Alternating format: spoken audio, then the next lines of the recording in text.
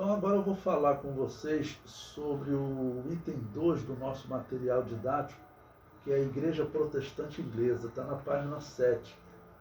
Então, como eu estava dizendo para vocês, a maior parte da história que nós vamos estudar agora, ela começa na Inglaterra. Primeiro que a Inglaterra ela se desenvolveu muito depois da Reforma Protestante. Aquele saque que o rei Henrique VIII fez na riqueza católica levou a Inglaterra a dar um grande salto. Também, segundo a história, irmãos, muitos dos judeus da Espanha que tinham boa condição financeira, quando eles foram expulsos, eles foram para a Inglaterra. Tanto que vocês podem ver os donos dos grandes bancos da Inglaterra, entre eles uma família muito conhecida chamada Rothschild, eles eram judeus. Então os judeus que estavam na Espanha, que eles emprestaram dinheiro para os reis católicos contratarem exército para expulsar os muçulmanos da Europa, da Península Ibérica, né, que é a região que é a Espanha hoje, expulsar os muçulmanos da Espanha. Aquela guerra era muito cara, você tem que contratar muita gente, né? Guerra é algo muito caro. E o que ocorre? Foram os judeus que emprestaram dinheiro aos reis espanhóis. Eles, para não pagar a dívida, o que eles fizeram? Eles expulsaram os judeus. Muitos judeus foram para a Inglaterra. Alguns vieram para o Brasil, para as Américas, os mais aventureiros, os mais ricos, eles foram para a Inglaterra. E foi uma das razões para a Inglaterra se desenvolver. Por quê? A Inglaterra ela deu apoio aos judeus. Então, mesmo os judeus hoje, irmãos, eles não crendo em Jesus Cristo como Salvador, nós vemos que Deus abençoa os judeus, protege eles, né, de uma destruição, mesmo diante de tanta perseguição, ok? E também Deus abençoa os países que os abençoa, porque está escrito, abençoarei os que te abençoarem. O Brasil, por exemplo, nós acreditamos que foi abençoado, né, pela participação importante do Oswaldo Aranha, e porque o Brasil ele foi tolerante com os judeus, né? Dom Pedro I ele era muito simpático aos judeus. Então o Brasil ele tem uma herança de simpatia aos judeus. Então o Brasil também foi abençoado. Então a Inglaterra, irmãos, como ela acolhe os judeus e também o saque que ela fez das riquezas católicas, ela vai se desenvolver e a Espanha, que era chamada dona dos mares, tinha a maior frota de navios, ela vai se envolver em guerra contra a Inglaterra durante o reinado da Elizabeth I, né? Tá bom? Ou seja, essa guerra já passou, mas só para lembrar vocês. Mas ela vai perder ali nos anos 1580, ou seja, 20 anos antes do que nós estamos estudando agora. Ela perdeu aquela guerra. A Inglaterra venceu. E uma das razões que eu digo, interpretando profeticamente a história, é que a Inglaterra havia acolhido os judeus. Ela ultrapassou a Espanha, tá bom? E se tornou a rainha dos mares. A partir disso, tá bom? A partir dessa vitória da Elizabeth I, a Inglaterra, na verdade, segundo a história, vai se tornar a pirata do mar. Todo navio espanhol que leva ouro, prata aqui, né, das Américas, que eles descobriram uma montanha de prata. E era com prata que você fazia, o que nós chamamos de prata, moeda, né? Os navios espanhóis que iam cheios de prata para a Europa, os ingleses começaram a financiar piratas para tomar a prata deles. E assim a Inglaterra disparou ainda mais, né? Mas a Inglaterra, ela, além dessa importância, ela era um país que ela tinha muitos anabatistas escondidos também por dentro da Inglaterra. Como eu disse para vocês, eu vou repetir agora, vindo lá do tempo de Wycliffe, tá bom? Então, o comentário diz: a Igreja Protestante Inglesa, apesar de ter sido criada pelo rei Henrique VIII e não ter protestado contra nenhuma doutrina católica, possuía muitos teólogos interessantes, herdeiros da teologia do inglês anabatista John Wycliffe.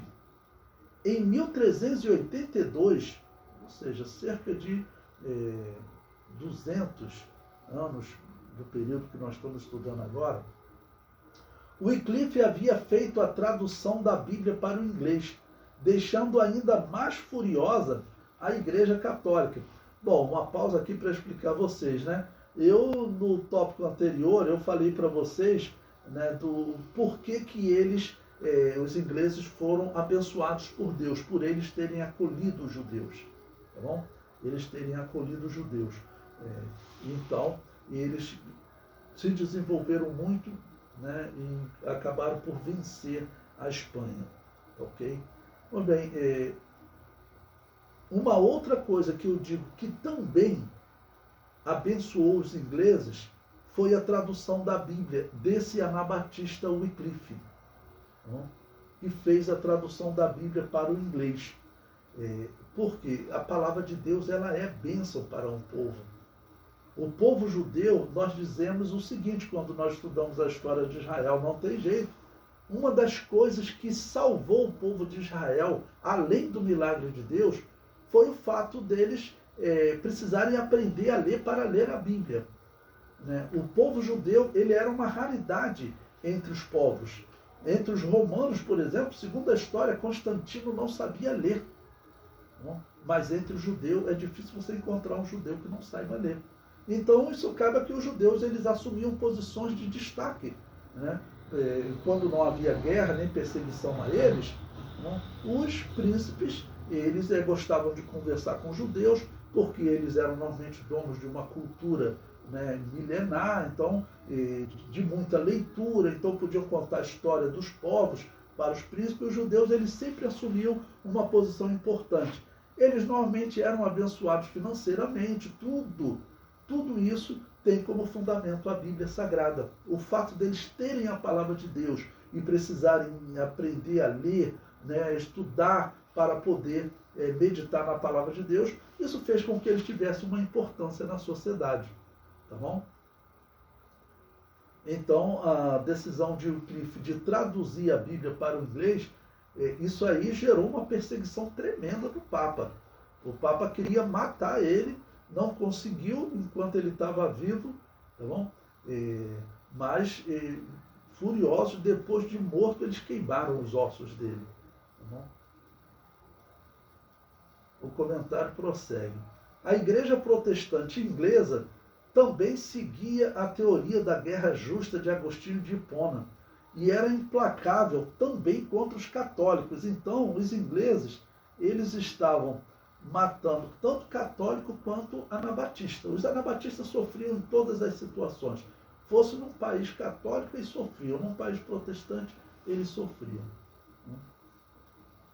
Veja, eu coloco aí um texto exatamente de um católico, que ele comenta o seguinte, historiador católico diz: segundo João Sanches Galera, só na Inglaterra, em apenas 35 anos, desde que Henrique VIII rebelou-se contra a autoridade pontifícia e obrigou seus súditos a converter-se ao protestantismo, calcula-se que foram assassinados cerca de 200 mil hereges católicos. Bom, nós sabemos que nesses 200 mil aqui não eram só católicos, não. Tinham muitos católicos, porque os católicos estão se rebelando nesse evento que eu falei para vocês da conspiração da pólvora. Haviam muitos padres envolvidos que estavam vivendo na Inglaterra desde que a Maria Sanguinária restaurou o catolicismo. Voltou o protestantismo, eles ficaram lá agora protestando contra os protestantes. Eles tentaram explodir o rei, foram descobertos, né? Não conseguiram explodir. Como eles foram descobertos, o que aconteceu com eles? A história diz que o rei James mandou matar os padres. A história ainda diz que ele foi esperto. Né? Tinham padres e tinham também nobres, né? Comerciantes, pessoas ricas.